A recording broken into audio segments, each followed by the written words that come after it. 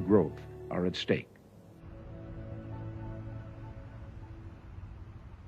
Trade talks terminated. President Trump has announced that he is ending negotiations with Canada, all over an advertisement put out by Ontario's government. The ad uses the words from President Ronald Reagan in a 1987 address. When someone says, let's impose tariffs on foreign imports, it looks like they're doing the patriotic thing by protecting American products and jobs. And sometimes for a short while it works, but only for a short time.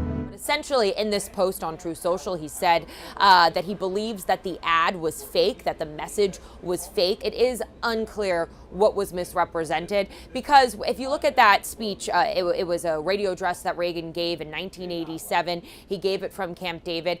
It is very much a full-throated defense of fair and open trade. You see, at first, when someone says, let's impose tariffs on foreign imports, it looks like they're doing the patriotic thing by protecting American products and jobs. And sometimes for a short while it works, but only for a short time. What eventually occurs is, first, homegrown industries start relying on government protection in the form of high tariffs. They stop competing and stop making the innovative management and technological changes they need to succeed in world markets. And then, while all this is going on, something even worse occurs. High tariffs inevitably lead to retaliation by foreign countries and the triggering of fierce trade wars.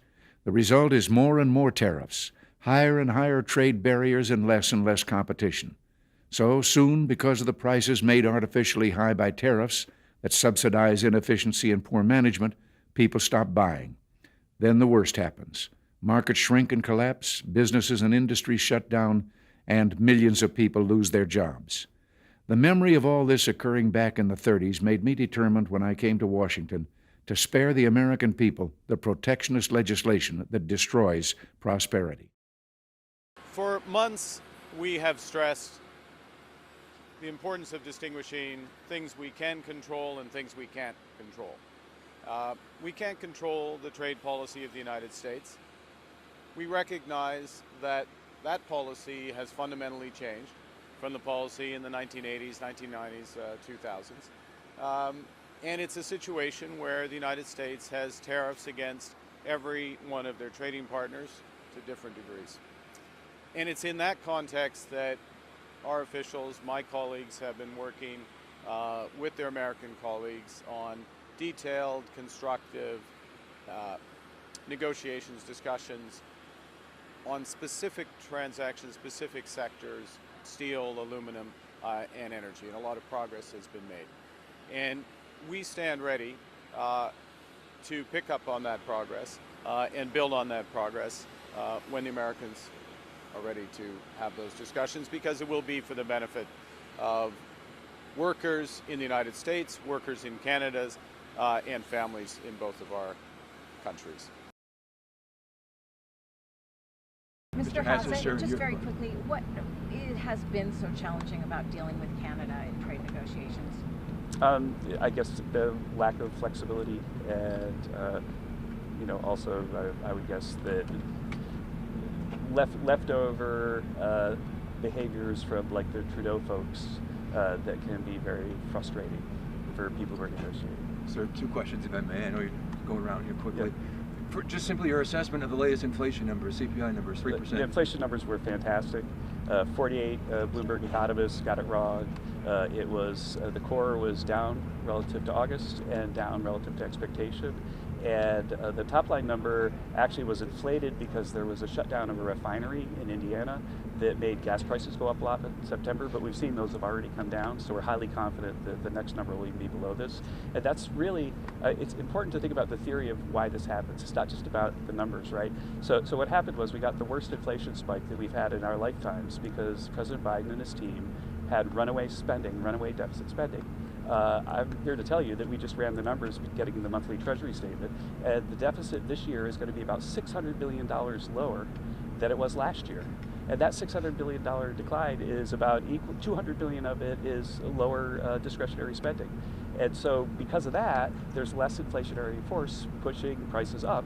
And so normal macroeconomics got it right when we said that Biden was going to cause inflation, and we're using it now to get it back under control. And then on this ad that President Trump was referring to up in Canada and Ronald Reagan, have you seen the ad, sir, yourself? I'm not going to talk about that. Mr. Hassan, sorry, it was hard to hear you. Is there an update with regard to potentially placing tariffs on Columbia? That is something that I don't have an update for that, sorry. Mr. Hassan, sorry, forgive me if you already addressed this, it was hard to hear you, but was there something specific that changed in negotiations with Canada that are why the president... I'm not directly engaged in the negotiations, so you should talk with Jameson Greer, especially. He'll be the one who will update you on that.